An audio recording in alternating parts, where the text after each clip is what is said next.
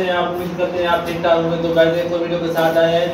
आज हम पढ़ने वाले हैं कुरान शरीफ की सूरह अनकबूत, जिसमें मौत का जिक्र है। तो मैं आज बच्चों से कहूँगा कि वो आप हमें ना सूरह अनकबूत सुनाएं।